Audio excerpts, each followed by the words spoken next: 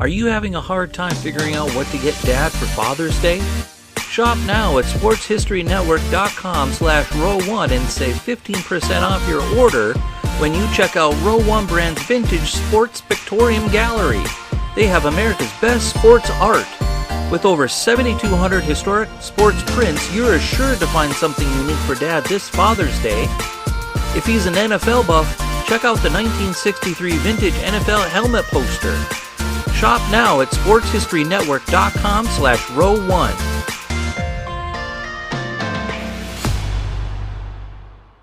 Every once in a while, you discover a story that's pretty incredible. This is one of those stories. On this episode of Sports Forgotten Heroes, we're going to look back on the career of Baseball Hall of Famer Ed Delahanty, a man who was in such dire straits financially, he left his team in the middle of a road trip and was found mysteriously dead at the base of Niagara Falls. This is Sports Forgotten Heroes, a tribute to the stars who shaped the games we love to watch and the games we love to play. Stars who provided us with many thrills, but when their time was up, they faded away. We'll take a look back at their spectacular careers, their moments of fame, even if it was just for one season or just one game. And now, here's your host, Warren Rogan. Welcome to Sports Forgotten Heroes. In just a moment, John Saccoman, a professor at Seton Hall University and a member of SABR, the Society for American Baseball Research, will be joining me. John wrote the biography on Ed Delahanty for SABR. But first, a little more about Ed. In 1945, Delahanty was elected to the Baseball Hall of Fame. His career batting average of .346 is the fifth best in the history of baseball, and he is the only man to ever win a batting title in both the National League and the American League, and yet he is very, very rarely referred to. Delahanty also led the National League in home runs twice. 3 times he led the league in RBIs. 5 times he hit more doubles than anyone. In 1899, he led the National League with 238 hits, and on 3 occasions, he hit over 400, his high coming in 1899 when he hit 410. And he could run too. In fact, in 1898, he led the National League with 58 stolen bases. The guy could flat out play. Yeah, he was a star. In fact, he might have been baseball's first 5-tool player. Before we get into today's podcast, I'd like to thank my friends over at Hearthcast and my friends over at Hungry Cliff for all the wonderful support they provided during the launch of Sports Forgotten Heroes. I'd also like to thank Jack and Henry for their financial support too. In fact, if you'd like to support or sponsor Sports Forgotten Heroes, check out our page at patreon.com/sportsfh. That's patreon.com/sportsfh. You could also follow Sports Forgotten Heroes at sportsfh.com. You could follow Sports Forgotten Heroes on Twitter at sportsfheroes, or check out the Sports Forgotten Heroes page on Facebook.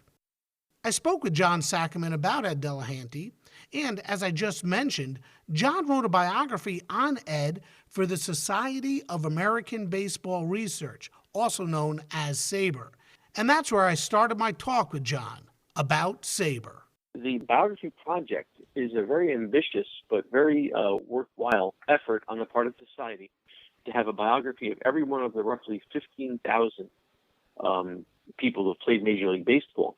And the way that it's been going, it's been advancing. And Mark Armour is in charge, and Bill Nolan up in Boston is an incredible source. I mean, he writes so many of these biographies. And what they do is they've been organizing books about, teams in certain years. So in other words, like all the bios of a particular team will go in there.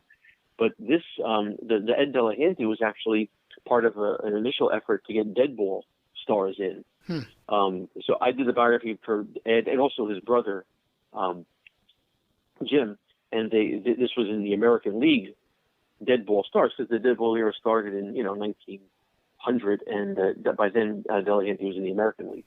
Right. But I wanted to make sure that he was included because I thought he was a very worthwhile subject and as you say, very fascinating individual. Yeah, flat out, the guy was a star. Just how good was he? Well, I was looking into that because I thought that's what this would be about, to try to give people a frame of reference. And there was a book, and it's called Leveling the Field, written by a fellow by the name of G. Scott Thomas. And what he does is he takes the years, the latter part of the 20th century, like the 1996 to 2000, and tries to put statistics from the past into that context. Mm-hmm. Because, like, for example, the home run, when Ed Delahanty played, the home run was not a very big weapon, okay, that was used. It was just the ballparks were too big, and that wasn't what they were trying for. Right. Yet he was considered a feared slugger. He routinely drove at 100 runs in the season, but hitting like 11 homers. So if I might give an example, in 1895, Ed Delahanty had 11 homers, 106 RBIs, and a 404 batting average. Wow. If those statistics were translated into the times of the late 20th century, I guess the steroid era, we'll call it, his numbers might have been 37 home runs, 100 RBIs, and a 369 average. So you see the batting average goes down a little, standardization, but more than triple the home runs, and the RBIs shifted down a bit to 100. It's just based on what the average performance of the time would have been. So that's still a very substantial season. Anytime you're hitting 30 homers, 100 RBIs, and 300 average, they call that a Hall of Fame season, right? Why would the batting average go down? Well, that's just a matter of the batting. The 1890s, much like the 1990s, was a big hitting era, and one of the main reasons was that in 1893, the pitcher's situation changed. They used to throw a flat ground from 50 feet away. And in 93, they changed it to the mound from 60 feet, 6 inches away. And they had to be in contact with the rubber and all that kind of stuff. Right. So the offense really went up and the averages were higher. In fact, Ed Delahanty was the first player to hit 400 in 3 different seasons. Sure. And he only led the league in batting one of those. That's crazy. Yeah. As you have written, he was a 5-tool player before that term came to use. Where did his fascination for the game come from, and how did he develop his skills? Ed Delahanty was a child of immigrants, and in fact, his other 4 of his brothers were also professional baseball players. The second best of those being brother Jim, who was an infielder for Detroit. But it was it was an avenue for Irish immigrants to kind of make their way in society, was to play baseball, just like maybe for Jewish Americans in the 19 teens and 20s was boxing, right? The different ethnicities kind of clustered around different sports. And in the 1800s, it was very big for the Irish to play baseball. And in fact, there's books written about that, such as The Emerald Age of Baseball. There's books about this and how that was dominant. So he grew up in Cleveland, and that's where he kind of started his playing. And then he was in the minors, but he played catcher. He was shortstop and a second baseman before he found a home in the outfield. So he was, I guess his versatility. I mean, he probably was tall for his time. He was 6'1" and about 170. And some of the people who saw both of them play, because I saw neither, obviously, likened him to Joe DiMaggio.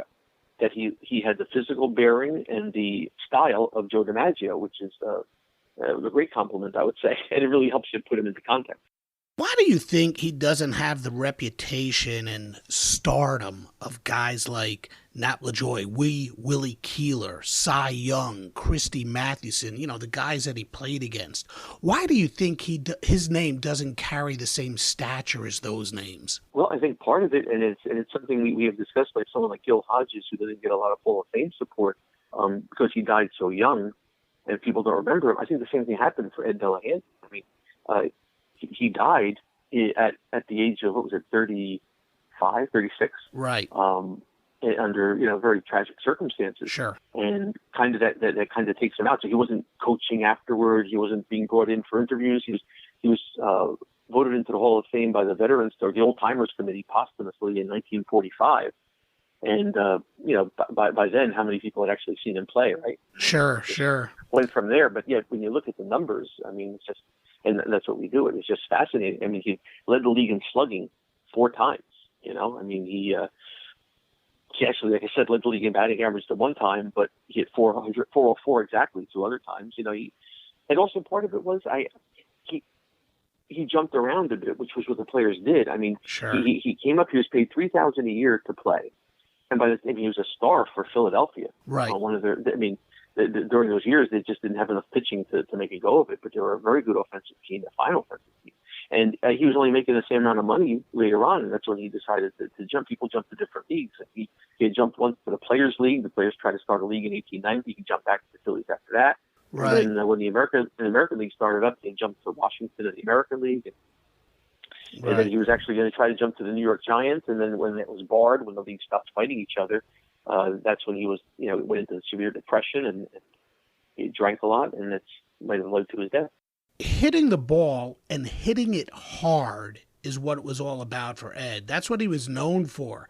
Talk about just how hard he could hit it. I mean, I heard things about a pitcher by the name of Crazy Schmidt said of Delahanty, when you pitch to Ed, you just want to shut your eyes, say a prayer, and chuck the ball. The Lord only knows what will happen after that. I read where he broke George Pinckney's ankle when he hit a line drive to third base. It said he once split a ball in two. It said that he had a clause in his contract that said he couldn't bunt the ball because he would deprive the fans of seeing his power. So tell me about how hard he could hit the ball and just how he was at the plate. Well, they say, I mean, like we only know from people who observed them and what was written at the time, but they called line drives Delahanty bunts. Okay, so if he didn't hit it very far, line drives were Delahanty bunts, and he seemed to, like you said, he was a bad ball hitter. In fact, they called him the original bad ball hitter, and he used a long bat, which was quite heavy, which you probably couldn't get away with today because of how fast the pitchers throw. But he was able to adapt his swing. And he did have power to all the field. And that story about the splitting the ball, that is believable because they didn't really change the balls as often as they do now, and the ball was probably waterlogged or whatever, maybe not made as well. And that is something that survived till today. That he did hit a ball once and split it in half. That's incredible. And the power, like you said earlier, he led the league in home runs a couple of times. I think the most he ever had in a season was 19. And as you alluded to, it wasn't used as a weapon like it is today. But still, 19 home runs in those ballparks where sometimes they didn't even have a fence. It was just you run and get all you can. Tell me about the power that he had. Well, yeah, I guess the best way to do that is to think about it in context, right? So the year that he hit the 19 home runs was the year 1893, which was when the pitching mound moved back. So there was a lot of adjustment going on, right? Mm-hmm. And, then that's the thing. But, so if he had 19 home runs, we talked about we might have talked how Babe Ruth out-homered teams. In that season, he had the exact same number of home runs as the Louisville club. Wow. And more than the St. Louis club, which only had 10. And pretty close to the Washington club, which had 23. So he had 19 home runs in a league that hit 460 the entire year. So putting that into the context, hitting 19 home runs in 1893 would have been the equivalent of 58 home runs in the late 20th century. To you, what was the most fascinating thing about Ed Delahanty? I'm drawn to the players, the five-tool type players. My hero growing up was Willie Mays, even though he was at the end of his career by the time I was rooting for him. And then he was traded to my favorite team, the Mets, which really consolidated my rooting. But I liked the players who could do it all on the field, in the field, at bat. For example, Ed Delahanty once led the league in stolen bases with 58. Even though we're talking about this guy who's hitting all these home runs, he also led the league in steals at one time. Right. And again, he had that defensive reputation as a left fielder, and that's what initially drew me to him. And then, of course, the fascinating aspects of his personal life, the tragedy of Niagara Falls, that I kind of put him over the top. As you just said, he would play left field, but he came up as an infielder and then moved to the outfield. Why was that? And he did develop into not just a good outfielder, but a great outfielder. Well, what happened was when he was first playing with the Phillies in 1889, he was second baseman, and he was injured and sidelined for 3 months, and then someone else took his job at second, so they moved him to the outfield. And that seemed to be really where he found a home, and that's where he made his name as an outfielder. And then towards the end of his career, he played a lot of first base as well. And again, there were rules changes then as well, because it used to be that if you threw the ball at a person who wasn't occupying a base and hit him with the ball, he would be out. I didn't know that. Just like kickball today. Exactly, just like kickball today. But yeah, I mean, he routinely had as many as 20 outfield assists in a season. That was pretty standard for him. He did, like you said, good arm. And again, the people who saw both of them play likened him to Joe DiMaggio, who was also known for his arm and ability in the field. He first comes up with Philadelphia, then he leaves Philadelphia for Cleveland, and then he comes back to Philadelphia. Why did he leave Philadelphia to join Cleveland? Well, Philadelphia was the National League club that we still know today, Phillies. But Cleveland was part of another league called the Players League. The players were disenchanted with their treatment by ownership, as was common, and so they started their own league, the Players League, which didn't last very long. But he jumped there to play for the Cleveland club, which was his hometown, and he didn't have the best year there. And there's a quote from him that he regretted playing for his hometown. Playing your hometown is a mistake. And he actually played shortstop for Cleveland, the Players League. And then he jumped back to Philadelphia the following year, and he played in the next 11 years as a Philadelphia Philly, primarily as an outfielder. When he came back to Philly, he was okay. He wasn't awesome. What changed? What did he do to better his game? Well, it probably was just experience. I think just the experience and not being injured, being able to play, mostly every day, I think was a big part of that. And then it does seem like while he did bat over 300 in 1892, his big breakout season came when they moved the pitchers back. In '93 they moved the mound back 10 feet and moved it and made it a mound, and that's when his numbers started to skyrocket, and they continued for the rest of the decade. So I'm sure that has something to do with it. Just like in the 1960s when they did things with the mound, when they raised the mound and the pitching staff got better and all that kind of stuff. So Big Ed felt slighted. He never thought he was being paid fairly, and this is what led him to his decision to jump leagues. He wanted to join John McGraw and the New York Giants, but he was never allowed the opportunity to do so, and he never got to experience the thrill of winning a championship, even though he was the best player at the plate and in the field. Mike Soule wrote a book called July 2nd, 1903. In fact, that book is the impetus behind Sports Forgotten Heroes. And in that book, Soule noted that a writer from a Philadelphia newspaper said, "Dell has an eye as keen as a hawk to judge the distance a ball would take, and an ear that was trained to instinctively estimate by the sound of the crack of the bat how far the ball would travel." Yeah, he could field, and his arm was as big as they came, and his stroke at the plate was powerful. So powerful, in fact, that Big Ed Delahanty was the first player to ever hit 4 home runs in one game, and he did so in 1896 against the Chicago Cubs at their home, which at that point was called the West Side Grounds. They had yet to move into Wrigley Field. His first time up, Ed lined one to right field, and by the time Chicago's Jimmy Ryan tracked down the ball, Ed had already circled the bases. Now, this was at a time when some ballparks didn't even have an outfield wall, and some had a wall that was so far it couldn't be reached. In fact, center field in Chicago was 560 feet from home. In the third inning, Ed singled, and then the fireworks. In the fifth, the King of Swat crushed one over the right center field scoreboard. In the seventh, he crushed another one, this time over center fielder Bill Lang's head for his 3rd home run of the day. And in the ninth, Delahanty hit one to center field that couldn't be caught. And for the first time in history, someone had hit 4 home runs in one game. Now, a funny side note, for his efforts, Big Ed got 4 free boxes of gum, one for each home run he hit. Think about that for a moment. Those were the good times for Ed, but the battle between the National League and the American League was just heating up, and it took its toll on several players, including Delahanty. In fact, the National League was still attempting to shut down all competition and did not want its players jumping to the American League.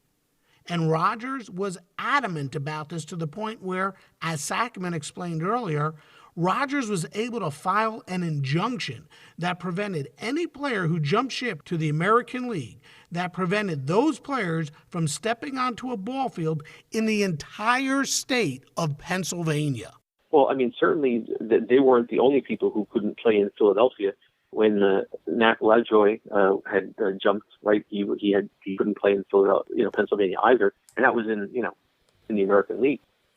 So that was a very big concern that you didn't know who was playing for you on any given day in any given town. People were jumping in the middle of seasons. They were leaving the teams and going. So that it was like the Wild West. And they finally, when they had the truce, that in 2003, that's when the leagues finally stabilized. But before that, in the 1890s and the early 1900s, the very early 1900s, that was a big deal. And in fact, as you know, the first World Series wasn't played until 2003, even though the American League started in 1901. Right. McGraw or whatever refused to play against the minor league team or whatever it was. Well, that was in 2004. But yeah, they did. There was just such rancor between the leagues that they couldn't even get together to play a World Series. Sure. Between the two major leagues. Sure. Which is so different today. Now that it's just one league, you have umpires umpiring for both leagues and all that. You had mentioned that he had several brothers who played as well. Can you tell me a little about some of his brothers? Well, probably the best known and best playing of the remainder of them was Jim. And Jim was an infielder and played for primarily for Detroit. And a good player in his own right, not a Hall of Famer by any stretch, but a good solid major leaguer. I always, I don't denigrate anybody who hates major leagues, right? Yeah. More than any of us ever did. So we respect that. Right. But he did. He was just a good player, but not quite the same as his brother. But he was also there when he went on that final spree, shall we say. Jim was there along with their mother, trying to talk them into getting some help for his alcoholism and his depression and that sort of thing. He did go from Philly to the Senators, and the Senators, of course, thought they'd be better, but they were always a second division team. How did that affect Ed? Along with the fact that no team he ever played for finished first. Right. He never got to win a championship. Yeah.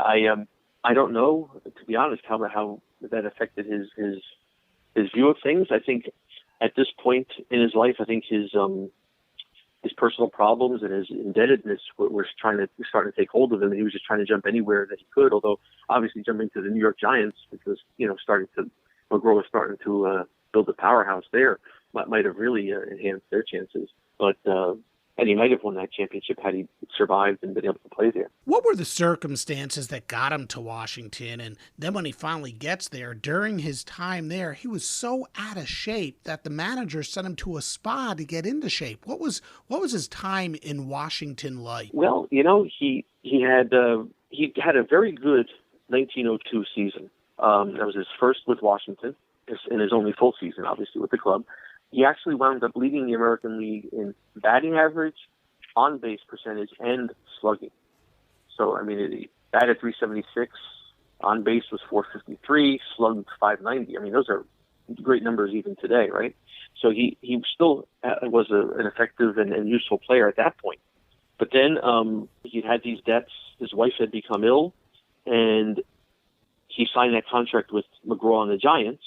And it was either $6,000 or $8,000 per season, which was a nice bump in pay to the $4,000 he had made, and there was a $4,000 advance or bonus to try to take down some of his debt. But then, prior to the 2003 season, the leagues decided to not steal each other's players so much anymore, and not only did Ed have to stay in Washington, didn't have that big contract, he had to pay back the $4,000 advance. Yeah, so essentially, from everything that I read, not only would he have to pay back the advance, he spent it. And right. He would actually lose $100 for the season. So in reality, he sort of had to pay to play, which is That's right. a tough pill to swallow. And of course, the team, sort of loaned him money and said, well, you could pay it back over a period of time.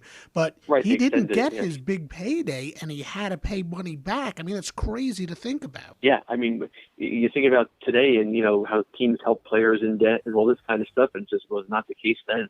Absolutely not. And obviously, again, that sort of thing wears on you.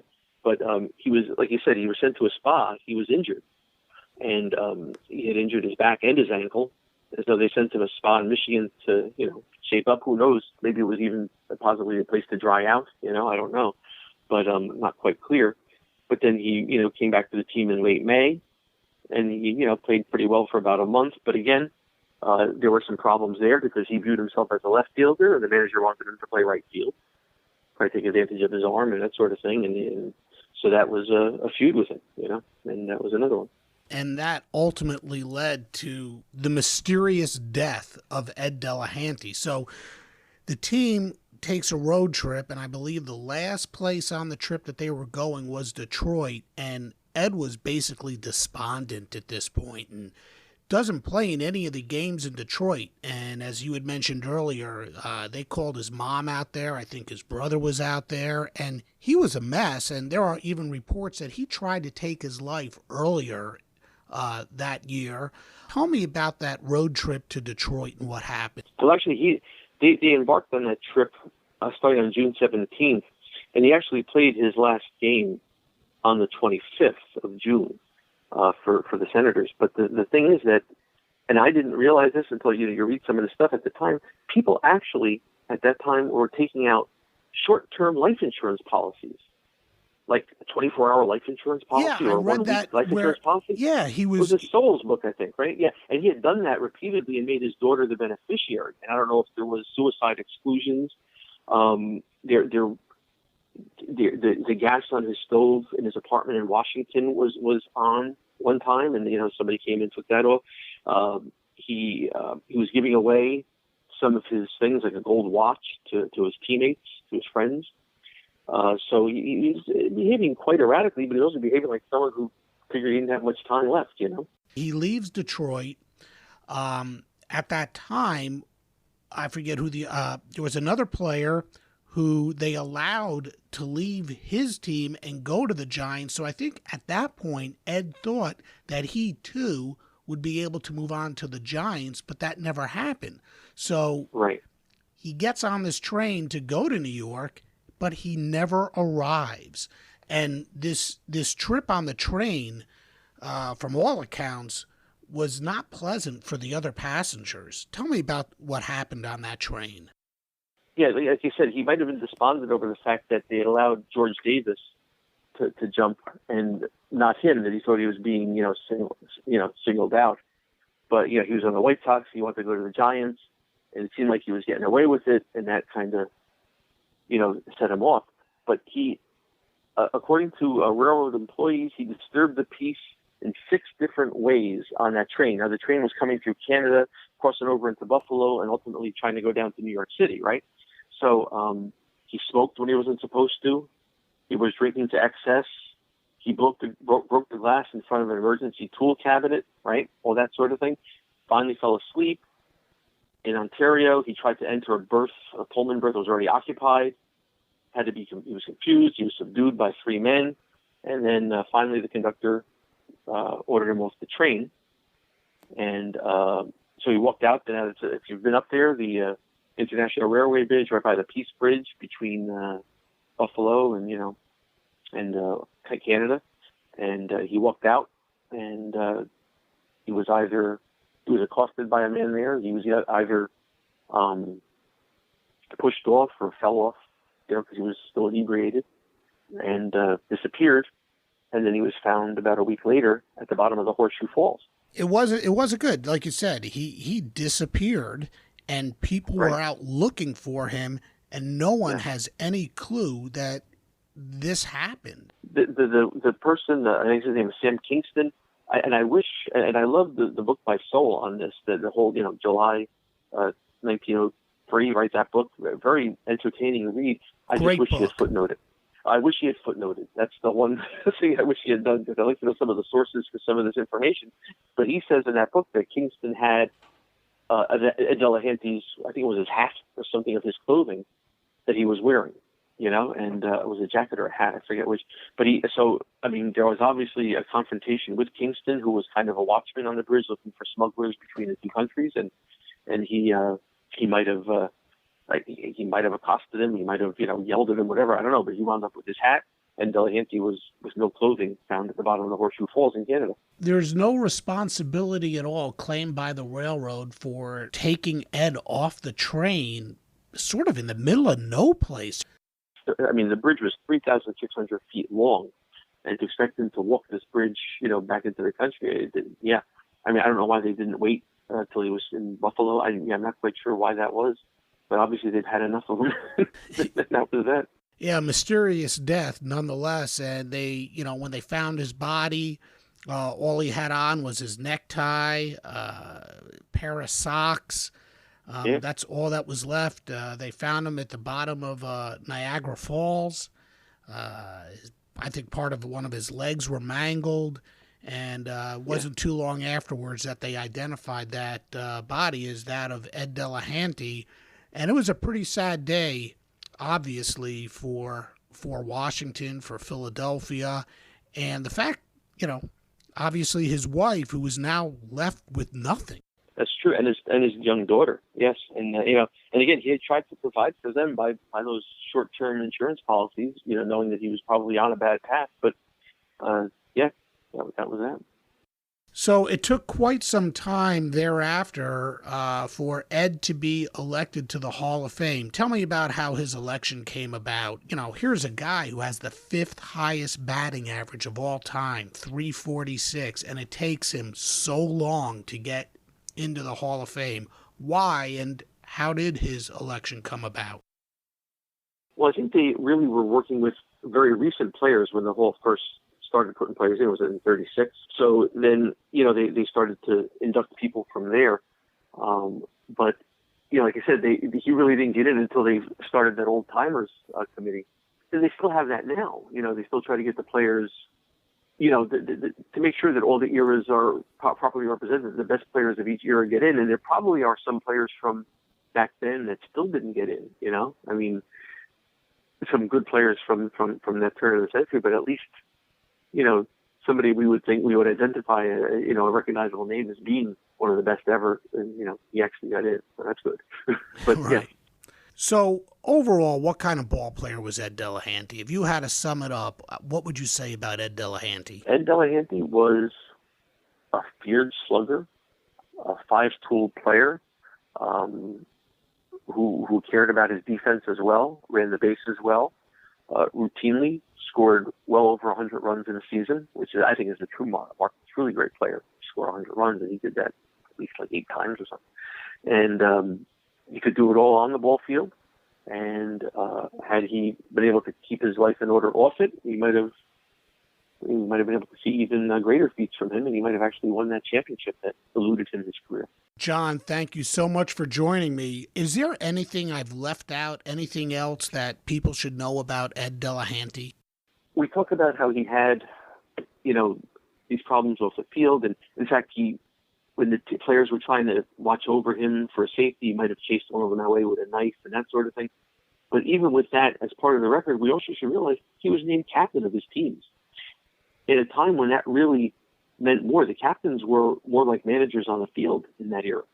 And he was well thought enough, and his knowledge of the game was such that he was a captain. He was in the outfield, which I think is a significant fact that kind of gets lost when you're just looking at the numbers. Again, thank you so much for joining me on Sports Forgotten Heroes. It's been a real pleasure. My pleasure too, Warren. Thank you so much. The first class elected to baseball's Hall of Fame consisted of Ty Cobb, Walter Johnson, Christy Mathewson, Honus Wagner, and Babe Ruth. Every single one of them a legend, and you can't argue with the selection of any of them. But the weird thing is, it wasn't until 1945 when Ed Delahanty was selected for enshrinement, and he was selected along with Roger Bresnahan, Dan Brothers, Fred Clark, and a host of others, most of whom could also probably fall into the category of a sports forgotten hero. Who knows, maybe we'll do podcasts on each of them. As for Delahanty, as Saccoman stated, perhaps the biggest reason it took him so long to be inducted into the Hall of Fame was because he'd been out of the public's eye for such a long period, 42 years after his mysterious death.